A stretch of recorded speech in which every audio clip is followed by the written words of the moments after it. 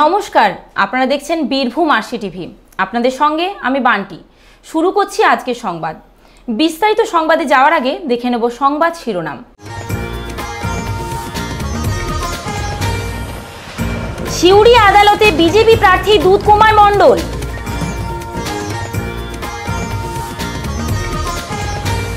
ময়ূরেশ্বরে ছেলের হাতে খুন মা।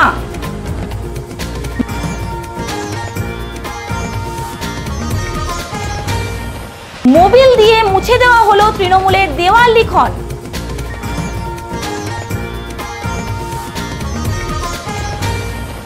ভোট প্রচারে শতাব্দী রায় ও রেজাউল করিম।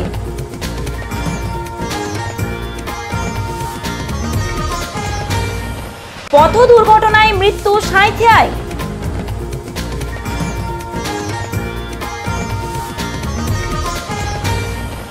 ব্যাডমিন্টন প্রতিযোগিতার ফাইনাল সিউড়িতে।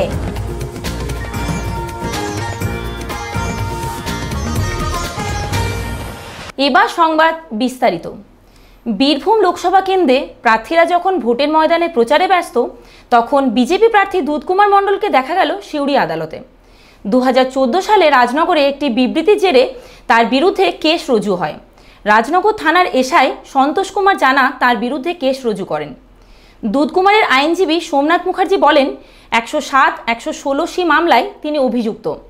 5 বছর আগে এই মামলার চার্জশিট টেনে তাকে শান্তি শৃঙ্খলা ভঙ্গের সম্ভাবনার অভিযোগে কেস রুজু করা হয়। আগামী 10ই এপ্রিল পুনরায় তাকে আদালতে হাজির হতে বলা হয়েছে। অন্যদিকে দুধ কুমার মণ্ডল বলেন, প্রচারের সময় নষ্ট করার জন্যই শাসক দলের এই চক্রান্ত। মাননীয় দুধ কুমার মণ্ডলের বিরুদ্ধে হঠাৎ করে একটা নোটিশ হয়েছে, যেটা 107 এবং 116(C) ফৌজদারি কার্যবিধি আইনের, এবং সেখানে ওনাকে এক্সিকিউটিভ ম্যাজিস্ট্রেটের আদালত সিউড়ি থেকে একটা নোটিশ করা হয়েছিল যে উনি গুড বিহেভিয়ার বন্ড দাখিল করুন, ওনার এগেনস্টে একটা অভিযোগ আছে। তো উনি আদালতে হাজির হয়েছেন এবং ওনার বক্তব্য জানিয়ে উনি শোকজ দিয়েছেন। উনি বলেছেন, মামলাটা আমি লড়াই করব, কারণ আমার দ্বারা কোনো রকম শান্তিভঙ্গের কোনো সম্ভাবনা নেই, বা সেরকম কোনো স্পিচ উনি দেননি বা দিচ্ছেন না। তো সেই মামলায় উনি অ্যাপিয়ার করলেন এবং অভিযোগপত্রের কপি পাওয়ার পর দেখা গেল আশ্চর্যজনকভাবে রাজনগর থানার একজন এসআই সন্তোষ কুমার জানা, তার অভিযোগ হচ্ছে যে 2014 সালের একটি মামলায় দুধ কুমার বাবুর বিরুদ্ধে চার্জশিট হয়েছে। সেই মামলার প্রসঙ্গ টেনে উনি এতদিন পরে বলছেন যে এখন আবার নাকি শান্তিভঙ্গের আশঙ্কা আছে।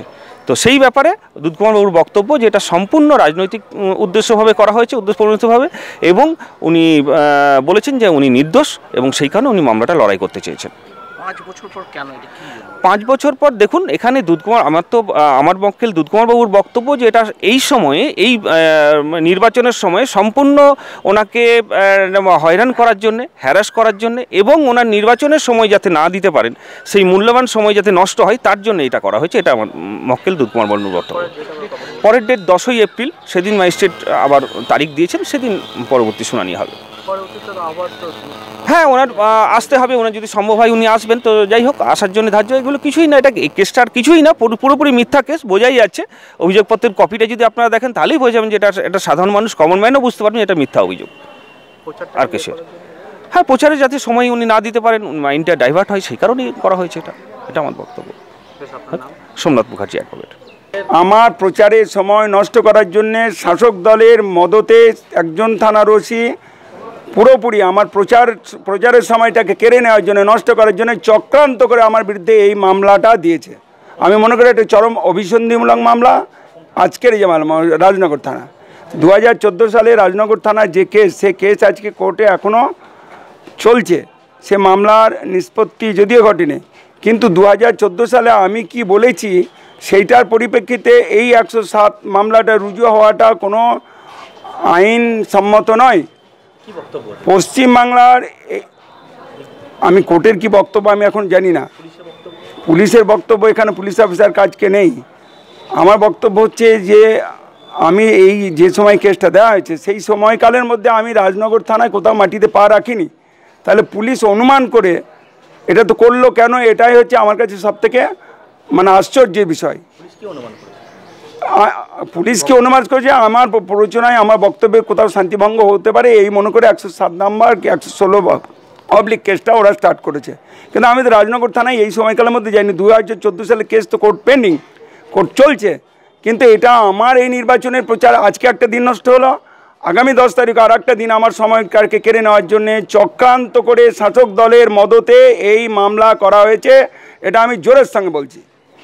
তারা আমার প্রচারে ভীত হয়ে, কারণ মানুষের কাছে যে জনসম্পর্কটা আমি গড়ে তুলেছি তা দেখে শাসক দলের নেতাদের চরম ভয় হয়েছে যে এই জনসম্পর্কে আজকে দুধকুমার মণ্ডলের সময়টা কেড়ে নিতে হবে, মানুষের কাছে যাতে আমি প্রচারে না যেতে পারি, তার জন্য আমাকে এই মিথ্যা মামলায় তারা সময় কেড়ে নেওয়ার উদ্দেশ্য নিয়েই এই কেসটা দিয়েছেন। এর মধ্যে কোনো পরিষ্কার এর কোনো ঢাকচাপ নেই। আমি নোটিশ গত পরশুদিন পেয়েছি বাড়িতে, এটুকু জানি। আমি কোর্টকে মান্যতা দিয়েই আমি কোর্টের নোটিশ পাওয়ার পর আমি কোর্টে আজকে অ্যাপিয়ার হয়েছে। কোর্টে আমার উকিল যিনি ছিলেন তিনি আমার সপক্ষে যা যা বলার তিনি বলেছেন, কিন্তু আমার দৃঢ় বিশ্বাস আমার প্রচারের সময়কে একই কথা ভাই বারবার বলার দরকার নেই, আমাকে কোনো শোকজ করা হয়নি।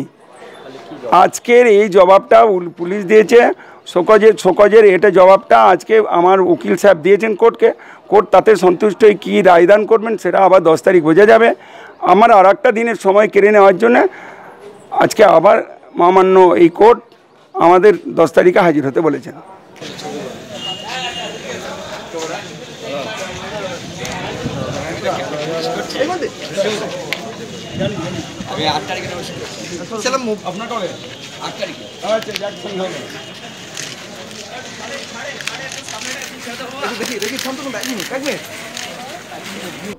পার্থ দাসের রিপোর্ট, বীরভূম আরসিটিভি, সিউড়ি। মা হলেন জন্মদাত্রী, গর্ভধারিণী, যার সঙ্গে সন্তানের নিঃশর্ত সম্পর্ক, অথচ সেই মাকে খুন হতে হলো ছেলের হাতে। এমনই ঘটনায় চাঞ্চল্য দেখা যায় ময়ূরেশ্বর থানার কাচনা গ্রামে। জানা যায় আজ মানসিক ভারসাম্যহীন ছেলে রামকৃষ্ণ দাসের হাতে ধারালো অস্ত্র দ্বারা 60 বছর বয়সী মা পদ্মা দাসকে খুন হতে হলো। উল্লেখ্য, আজ সকাল 8টা নাগাদ কোনো অজানা কারণে মায়ের সাথে ছেলে রামকৃষ্ণের কথা কাটাকাটি হয়। তার জেরেই সে মাকে খুন করে। আহত অবস্থায় স্থানীয় বাসিন্দারা পদ্মা দাসকে বাসুদেবপুর হাসপাতালে ভর্তি করে। সেখান থেকে সিউড়ি সুপার স্পেশালিটি হাসপাতালে পাঠায়, কিন্তু শেষ রক্ষা হয়নি। মৃত্যুর কোলে ঢলে পড়েন তিনি। ঘটনাটা মাঠে আমরা মুনিশ গিয়েছিলাম, ওরা মা বেটাতে মার লেগেছিল, এবার ছুটিয়েছে কী করে, এবার সব আরও সব লোকজন ছিল, দেখেছে কী করেছে ওরাই জানবে।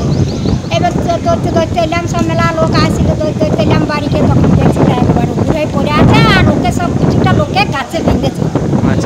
দিয়ে মেরে দিলে কাকে গাছে বেঁধেছে? ছেলেটাকে। দিয়ে এবার পুলিশকে ফোন করলো, দিয়ে পুলিশে ওকে থানায় নিয়ে গেল। যখন গেলেন বাড়িতে কোন জায়গায় আঘাত করেছে? কোন জায়গায়? ওর বাড়িতে। মানে কোন জায়গায় লেগেছে? কাঁধে? আচ্ছা, কি দিয়ে মনে হলো আপনাদের? কি দিয়ে মনে হবে আমার, আমি তো কিছু বুঝতে পারছি না, কিসে করে চুটাইলে সেইটাই তো আমি তার দেখতে পাই না।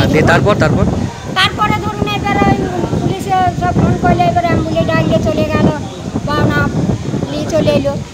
দিয়ে বললে সব লোকজন বললে চলো, আমাদের সব লোকজন গেছে, আর ওকে এবার ওর ব্যবস্থা হোক। এবার বাউনা হাসপাতালে পুলিশ গিয়েছিল, সিউড়িতে নিয়ে এসেছেন। বাউনা হাসপাতালে পুলিশ গেল, ওখানে সব দেখাশুনো করলে আর করলো, দিয়ে বললে সিউড়ি পাঠিয়ে দেয়। মারা গেছে সিউড়িতে? হ্যাঁ। আর ছেলের নাম কি? ছেলের নাম ওই যে বললাম তো, তাপস বলে ডাকে, আর রামকৃষ্ণ দাস। আচ্ছা, যে মারা গেছে তার নাম? তার নাম পদ্ম দাস। বয়স কত হবে? বয়স 60। ছেলে কি ব্রেনের প্রবলেম ছিল মাথায়? ছেলে ব্রেনের প্রবলেম হয়েছে, আপন মনেই বকছে খালি। কি নাম আপনার? আমার নাম শ্যামলী দাস। বাড়ি কোথায় ওর? বাড়ি কাঞ্চনা। পার্থ দাসের রিপোর্ট, বীরভূম আরসিটিভি, ময়ূরেশ্বর। মোহাম্মদবাজারের কবিলপুর গ্রামে এবার তৃণমূলের দেওয়াল লিখনে মোবিল দিয়ে মুছে দেওয়ার অভিযোগ উঠল বিজেপির বিরুদ্ধে। উল্লেখ্য, গতকাল তাদের দলীয় পতাকা পুকুরের জলে ফেলে দেওয়ার অভিযোগ তুলেছিল বিজেপি। আজ সকালে তৃণমূল কর্মীরা দেখতে পান কবিলপুর গ্রামে বেশ কিছু দেওয়ালে দেওয়াল লিখন করা হয়েছিল, কিন্তু প্রতিটি দেওয়াল লিখনে মোবিল দিয়ে মুছে দেওয়া হয়েছে। তৃণমূলের অঞ্চল সভাপতি উদয় ভানু মণ্ডল বলেন, এটা বিজেপির কাজ। বিজেপির পায়ের তলায় মাটি নেই, তাই তারা তৃণমূলের দেওয়াল লিখন মুছে দিয়ে এলাকায় একটি বিভ্রান্তি সৃষ্টি করছে। এই ঘটনায় তৃণমূলের পক্ষ থেকে মোহাম্মদবাজার থানায় লিখিত অভিযোগ দায়ের করা হয়েছে। এই বিষয়ে বিজেপির জেলা কমিটির সদস্য ফণীরঞ্জন রায় বলেন, এটা বিজেপির সাথে কোনো সম্পর্ক নেই। তৃণমূলের নিজেদের মধ্যেই গোষ্ঠীদ্বন্দ্বের ফলে এসব ঘটনা ঘটছে। আমাদের এই কবিলপুর গ্রামে আমাদের যে শতাব্দী রায়ের তৃণমূল কংগ্রেস পার্টির শতাব্দীর প্রচারে যে দেয়াল লিখন, তাতে দেখছি মোবিল কোনো এক অজানা কে শত্রু আমি বুঝতে পারছি না। এই পরশু আমরা দেওয়াল লেখা শেষ করেছি। গত রাত্রে ঘটনাটা ঘটেছে।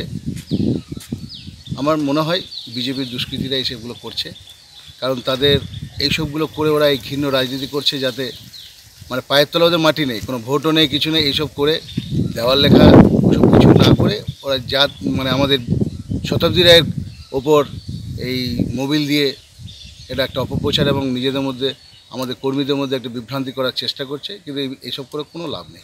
আচ্ছা, গতকালই এখানে বিজেপির পক্ষ থেকে অভিযোগ করা হয়েছিল তৃণমূলের কর্মীরা পতাকা তুলে পুকুরের জলে ফেলে দিয়েছে, এটা কি তারই কোনো প্রতিক্রিয়া বলে মনে করছেন? না না, কোনো প্রতিক্রিয়া তার নিজেরাই করছে, নিজেরাই পতাকা তুলছে, নিজেরাই ভাঙছে, নিজেরাই মোবিল দিচ্ছে, নিজেরাই সব করছে। আবার ওরা ভাবছে যে এটা নাটক, যে আমরা এসব করি দোষটা ওদের যাবে, এসব কিছু ফালতু কথা। ওরা নিজেরাই সবগুলো করছে, নিজের পতাকা নিজেই তুলে আবার নিজেই গাচ্ছে, আবার আমাদের দেওয়াল লিখনের উপর মোবিলও দিচ্ছে, সব ওরা করছে। কতগুলি দেওয়ালে মোবিল দেওয়া হয়েছে? গোটা 10 দেওয়ালে। এই বিষয়ে কি আমরা থানাতে লিখিত? হ্যাঁ, আমরা থানায় লিখিত অভিযোগ দিয়ে দিয়েছি। পুলিশের কর্মকর্তারা আশ্বাস দিয়েছেন তারা এসে তদন্ত করে দেখবেন যে কি ব্যাপার। আর ওনারা এটাও আশ্বাস দিয়েছেন যে মোবিল তো প্রত্যেক বাড়িতে থাকে না, সেরকমও বাড়ি বাড়ি তারা করবেন, এনকোয়ারি করবেন যদি কারো বাড়িতে মোবিল পায়। আমরা ভাববো সেই করেছি। আপনার নাম? আমার নাম উদয়ভানু মণ্ডল, আঙাগুড়ি অঞ্চল সভাপতি। আরেকজন আমার যুগ্ম সভাপতি আছে সমীরণ গড়াই। আঙারগুড়িয়ার কবিলপুর গ্রামে গতকাল রাত্রে তৃণমূলের বেশ কয়েকটা দেওয়ালে মোবিল দিয়ে দেওয়া হয়েছে। ওদের অভিযোগে বিজেপির কর্মীরা এসব করেছে, এই বিষয়ে কী বলবেন? দেখুন, একটা কথা, এই রাজনীতিতে আমরা বিশ্বাস করি না। যেহেতু আজকে শুধু কবিলপুর নয়, মোহাম্মদবাজার ব্লকের টোটাল এরিয়ায় আজ বিজেপির বিশাল একটা উত্থান, মানুষ তাদের সঙ্গে এসছে। এই একটা ভীতি এবং তার সঙ্গে তৃণমূলের নিজেদের মধ্যে একটা যে গোষ্ঠীদ্বন্দ্ব, একে অপরকে বদনাম করার জন্য এই ঘটনাটা ঘটিয়েছে তৃণমূলেরই একটা অংশ আর একটা অংশকে ছোট করার জন্য, এবং সেই জেটটা ধরে যাতে বিজেপি কর্মীদিকে কেস দেওয়া যায়, জব্দ করা যায়, এটা একটা প্রি প্ল্যান তৃণমূলের। আমি দায়িত্ব নিয়ে বলতে পারি এখানে আমাদের কোনো বিজেপি কর্মী জড়িত নয়, এটা তৃণমূলের গোষ্ঠীদ্বন্দ্বের জের। আমরা এই রাজনীতি করি না। আমাদের উপর থেকে, রাজ্য থেকে, জেলা থেকে, ব্লক থেকে, মণ্ডল থেকে সব জায়গায় বলা আছে আমরা কোনো রাজনৈতিক দলের পোস্টার, ব্যানার, ফেস্টুন কোনো রকম ছেঁড়া বা কোনো রকম কোনো কাজে আমরা জড়িত নয় এবং করবো না আগামী দিনে।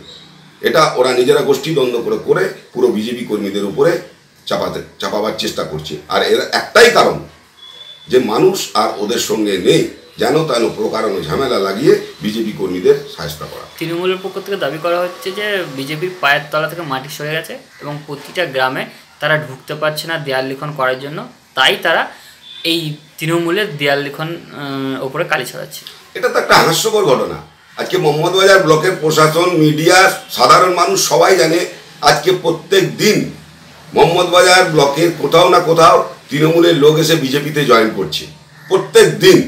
তাই তারা দিশা হারিয়ে দিয়েছে, তাই মানুষের গ্রহণযোগ্যতা নাই, যার ফলে আর কোনো উপায় নাই, এখন এই পোস্টার ব্যানার নিয়ে এরা পড়েছে। আপনার নাম?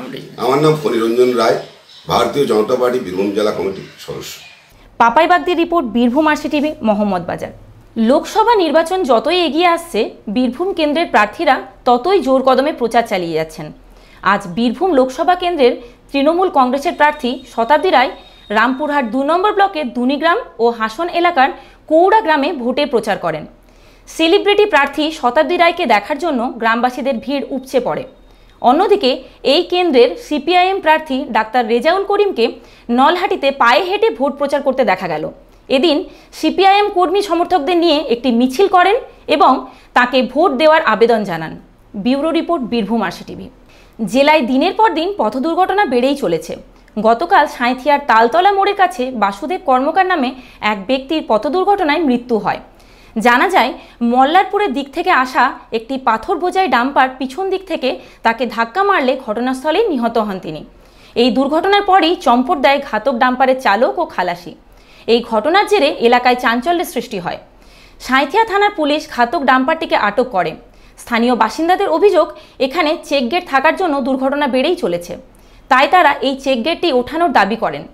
পুলিশ মৃতদেহটি সাঁইথিয়া থানায় নিয়ে আসে। রানা বৈদ্য রিপোর্ট, বীরভূম আরসিটিভি, সাঁইথিয়া। নিয়ে নিচ্ছি ছোট্ট একটা বিরতি, সঙ্গে থাকুন। আপনি কি স্বপ্ন দেখছেন নতুন বাড়ি তৈরি করার, কিন্তু বুঝে উঠতে পারছেন না ঠিক কোথায় গেলে সঠিক জিনিসের সন্ধান পেতে পারেন? আপনার স্বপ্নের ছবিতে রং ভরে দিতে সাথে আছি আমরা, Tewari home decor. Tewari home decor